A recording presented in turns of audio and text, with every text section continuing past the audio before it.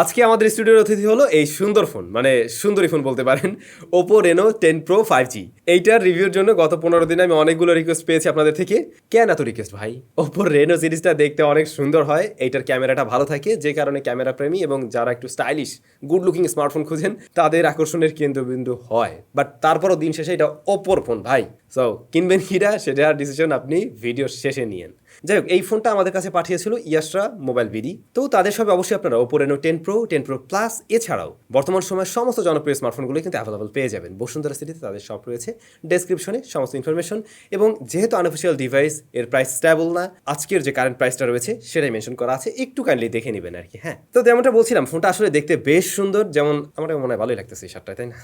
এই যে এরকম সুন্দর সুন্দর বেশ কিছু কালেকশন ফেব্রুয়ারি লাইফে চলে আসছে আর কি, বুঝছেন? তো আপনারা চাইলে 10% ডিসকাউন্টে নিতে পারবেন। ডেসক্রিপশনে একটা লিঙ্ক দেওয়া আছে, অথবা SamZone কুপনটা ব্যবহার করলে আপনি 10% ডিসকাউন্ট পেয়ে যাবেন ফেব্রুয়ারি লাইফের যে কোনো প্রোডাক্টে। তো আসলে এটা ফোনটা সুন্দর। রেয়ার প্যানেলটাতে গ্লাস রয়েছে, ডিসপ্লে আর রেয়ারের গ্লাসকে আলাদা করছে আর কি মূলত প্লাস্টিক ফ্রেম। এটাতে মেটাল থাকলে প্রিমিয়ামনেসটা আরেকটু বেড়ে যেত।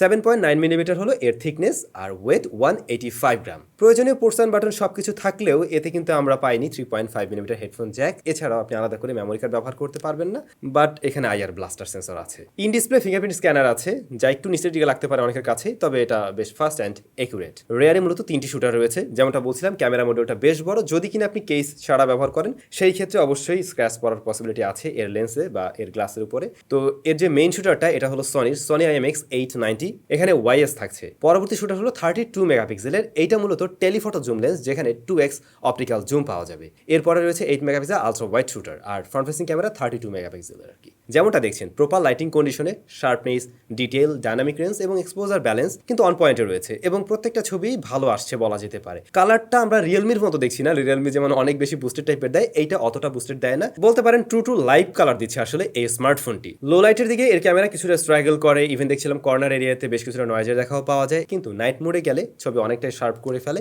এবং তখন নয়েজ গ্রেনও কাট করে, প্লাস হাইলাইট পেলেও সেটাকে সুন্দরভাবে ব্যালেন্স করতে পারে, এবং কালারটাও আমার তখন ভালো লাগছে। নাইট মোডটা ভালো লাগবে আশা করছি আপনাদের কাছেও। আলট্রাওয়াইডটা ছিল 8 মেগাপিক্সেলের। তো এইখানে আমরা দেখছিলাম যে কালারের বেশ কিছুটা তফাৎ রয়েছে, মেইন ক্যামেরা আর আলট্রাওয়াইডের কালারের মাঝে তফাৎ আছে, ইভেন ডিটেলের পরিমাণ অনেকটাই কম। আলট্রাওয়াইড শুটারটা আমার কাছে একদম টপ লেভেলের মনে হয়নি, বা এই স্মার্টফোনের যে কারেন্ট প্রাইস এই মুহূর্তে 8/256 GB একটা ভ্যারিয়েন্টে হয়, ওইটার দাম কারেন্টলি আছে মনে হয় 49,000 টাকা। তো সেই জায়গা থেকে আলট্রাওয়াইডটা মনে হয়েছে একদমই অ্যাভারেজ রেজাল্ট দিচ্ছে আর কি। হ্যাঁ, তবে এখানে যে টেলিফটো জুম লেন্সটা রয়েছে এইটা আবার ভালো ছবি দিচ্ছিল, এবং এইটা 2x অপটিক্যাল জুমে আমরা দেখছিলাম ভালোই শার্পনেস ডিটেল ধরে রাখতে পারে, even dynamic range, plus main ক্যামেরার মতো সেম কালার টোনেই ছবি দেওয়ার ট্রাই করে। যখন কিনা আপনি পোর্ট্রেট মোডে যাবেন 2x অপটিক্যাল জুমের মাধ্যমে এটা আসলে ওই যে ডেপথ সেন্স করবে, এবং তখন গিয়ে আসলে বেটার রেজাল্ট পাওয়া যায়। যেমনটা দেখছিলাম ব্যাকগ্রাউন্ড ব্লারনেসটা কিছুটা ডিএসএলআর টাইপের একটা ফিল দিতে পারে, ইভেন এজ ডিটেকশন ভালো আছে।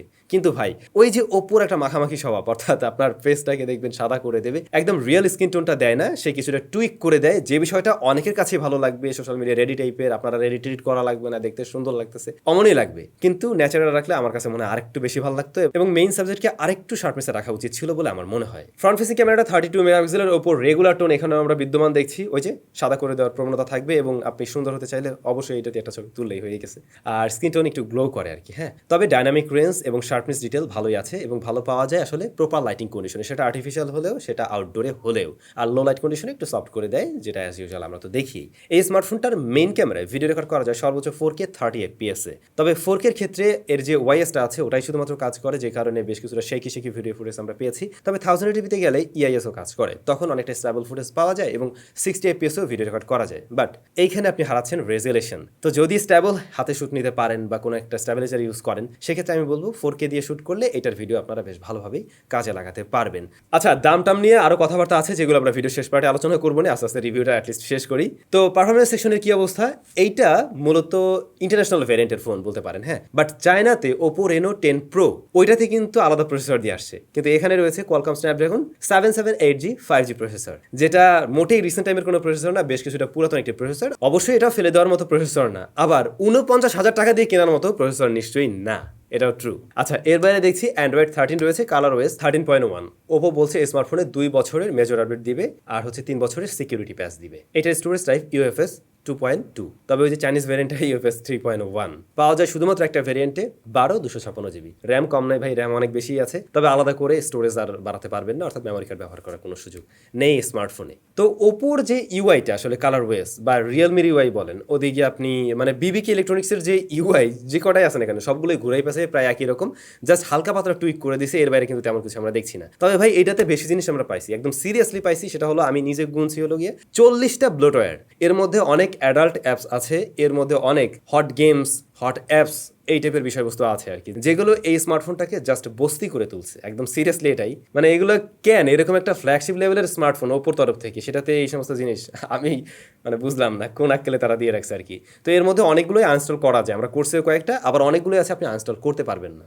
তবে এদের ইউআইটা বেশ স্মুথ, রেগুলার কাজবাজ খুব সুন্দরভাবে হ্যান্ডেল করতে পারে, অ্যাপ ওপেন ক্লোজ টাইম ফাস্টই আছে বলা যায়। তারপর মাল্টিটাস্কিংও ভালো রেজাল্ট পেয়েছি, 12 GB র্যাম, মানে র্যাম ম্যানেজমেন্টটা ভালো আছে এই স্মার্টফোনের। ল্যাগ, হ্যাং এই ধরনের কোনো প্রবলেম আমরা এখন পর্যন্ত ফেস করিনি। এই ফোন আমাদের কাছে প্রায় অলমোস্ট 15 দিন প্লাস আছে, তো তাতে আমরা কোনো ধরনের প্রবলেম এখন পর্যন্ত ফেস করিনি। ইভেন এই ফোনটা খুব বেশি হিট জেনারেট করছিল না। এটাতে মূলত আলট্রা কন্ডাক্টিভ গ্রাফাইট শিট ব্যবহার করছে ওপো, যাতে করে খুব বেশি গরম না হয়ে যায়। আসলে প্রসেসর তো গরম হয়ই, বাট সেটাকে দ্রুত যাতে ঠান্ডা করতে পারে আর কি। এই সো থার্মাল থ্রোটলিং এর মতো ওই ধরনের কোনো ইস্যু ফেস করিনি এখন পর্যন্ত।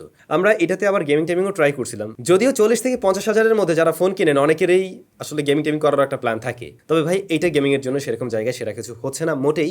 যদি গেমিং এর প্ল্যান থাকে তাহলে আপনি চয়েস করতে পারেন কিন্তু আইকনিও 7 Pro। যাই হোক, এইটার প্রসঙ্গ নিয়ে বলতে গেলে আমরা পাবজি ট্রাই করছিলাম, এইচডিআর আলট্রাতে প্লে করা যায়, তবে স্মুথ এক্সট্রিমেও প্লে করা যায়। আমরা স্মুথ এক্সট্রিমে প্লে করছিলাম এবং লং টাইম গেমিংও দেখছিলাম, স্টেবল পারফরমেন্স ধরে রাখতে পারে এবং খুব বেশি হিট জেনারেট করে না। টুকটাক ক্যাজুয়ালি গেমিং এর জন্য এটা ঠিকঠাক আছে। মানে আসলে কি টুকটাক বললাম এই কারণে, কারণ দাম তো কম না, ওরকম প্রাইস পয়েন্ট আরো বেটার কিছু আমরা অলরেডি দেখছি, এজন্যই আর কি। এর বাইরে আমরা ফ্রি ফায়ার ট্রাই করছিলাম, ওইটা আসলে ভালো রেজাল্ট দিচ্ছে স্মার্টফোনে, খুবই স্মুথ রেজাল্ট দিয়েছে, কোনো ল্যাগ ট্যাগের দেখাও পাইনি এখানে। এছাড়া আমরা ট্রাই করছিলাম হচ্ছে গিয়ে ফুটবল, জেনশন ইম্প্যাক্ট, সব গেমগুলোই মোটামুটি প্লেয়াবল একটা রেজাল্ট দেয়। সো বলা যেতে পারে আপনি মাঝে মধ্যে, মানে আপনি যদি গেমার না হন কিন্তু মাঝে মধ্যে গেমিং করবেন, তাহলে এটা দিয়ে আপনি কাজ চালাতে পারছেন আর কি। কিন্তু দিন শেষে এই প্রসেসর নিয়ে 49,000 টাকা দাম হওয়ার কোনো মানেই হয় না। ভাই ব্রাদার, পরবর্তী বিষয়ে অবশ্যই যাচ্ছি, তার আগে আপনাদেরকে আবারও মনে করে দিতে চাই আমাদের চ্যানেলে একটা মেগা গিভঅ্যাওয়ে চলছে, আর মাত্র 2-3 দিন সময় হাতে। 5 স্মার্টফোন থাকবে আপনাদের জন্য, যারা এখনো অংশগ্রহণ করেননি মাস্ট অংশগ্রহণ করুন, ডেসক্রিপশনে গিভঅ্যাওয়ের লিঙ্কটা দেওয়া থাকলো।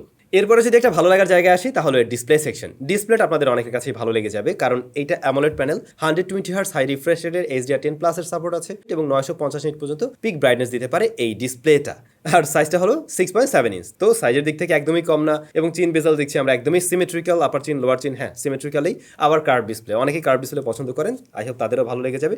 তবে একদম সুপার লেভেলের কার্ভ এমন কিছু না, হালকা একটু কার্ভ, যেটা দেখতে ভালো লাগতেছে। এবং এই কার্ভটাতে আমরা কোনো ধরনের মিসটাচ এই ধরনের কোনো প্রবলেম ফেস করি নাই কিন্তু। ইনডোরে সুন্দরভাবে ব্যবহার করতে পারছিলাম, ব্রাইটনেস নিয়ে কোনো সমস্যা নাই। আউটডোরে গিয়ে দেখছিলাম একদম ডিরেক্ট সানলাইট একটু স্ট্রাগল করলেও দেখা যায়। আর কালার অ্যাকুরেসি নিয়ে বলতে গেলে এটা বেশ অ্যাকুরেট একটা কালার দেয়। হ্যাঁ, তবে আমরা ইউটিউবে যখন HDR 4K ভিডিও প্লে করছিলাম তখন দেখলাম যে ভাই কেটে কেটে চলতেছে। এই বিষয়টা আমরা এর আগে অনেক ফোনে দেখেছি, তবে আসলে এই যে 50,000 টাকার একটা ফোন থেকে নিশ্চয়ই আপনি আশা করবেন না, যেটা আমিও করিনি আর কি। আপাতত এটাই দেখছি, আমি জানি না এটা ভবিষ্যতে ফিক্স হওয়া সম্ভব কিনা বা ওপো এই ব্যাপারটা ফিক্স করবে কিনা। স্মার্টফোনটিতে সিঙ্গেল স্পিকার রয়েছে, এটাও আসলে ওপোর এই ফোনের একটা ব্যর্থতার জায়গা, কারণ এরকম ফোনের সাথে মাস্ট স্টেরিও স্পিকার থাকবে, এটাই আমরা রেসপেক্ট করব। তবে এর যে সিঙ্গেল স্পিকারটা এটা যথেষ্ট লাউড অ্যান্ড ক্লিয়ার, ফুল ভলিউমেও ডিস্টরশন দেয় না। তবে অবশ্যই ভাই ওই স্টেরিওর মজা তো পাবেন না। আপনি 50,000 টাকা একটা ফোন কিনবেন, ডেফিনেটলি আপনি স্টেরিও আশা করেন, যা আমরা এখানে পাইনি।